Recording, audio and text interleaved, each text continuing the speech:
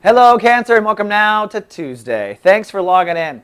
Well, it's sunny and rather pensive today for the soul nurturers of the zodiac. That's for a couple of reasons. One, the moon is still in Virgo, so your emotional focus and intellect are side by side.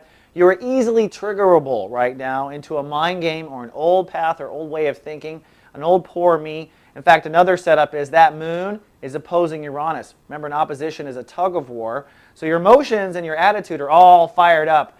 But Uranus is saying, hey, if you get lost in a mind game or a certain attitude today, perhaps you need to innovate, Uranus, you need to innovate your beliefs. The world may not be the way you believe it is. And that might be the problem. That might be what's leading to the mind game. It may not be about the mind game or you racing down the track with your emotions and thoughts.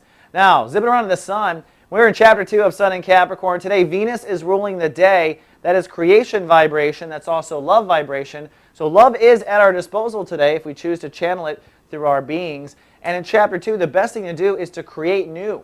Now remember, the topic is long-term relationships. So rather than dwell on what hasn't worked or what's not working in your existing long-term relationships, create a new working aspect. Let's try something. Remember, chapter 2 is about experimentation and trying different solutions. So create something new. Even if it's creating an awesome dinner for your honey and you haven't done that in ages. Create something nice and new and see what happens. I think there's a lesson there for you.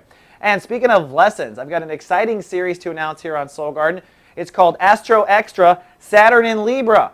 I get super deep with several videos. In fact, they all add up to about 2 hours talking about Saturn in Libra and what it means for everyone in the next 2 years. Remember, Saturn is the disciplinarian planet. It's what teaches us. So for you and Saturn in Libra, you're going to be changing a lot in the next 2 years. I play out 2010, when it goes direct, when it goes retrograde, when the challenges will be, what the easy parts will be, what it means for all 3 chapters throughout the 2 years. I also talk about Saturn in Libra the last time, which was 1980. And I gave you guidelines on how to interpret this with your rising sign. So if you want a 2010 preview of the year, come on down to soulgarden.tv and click on the video store.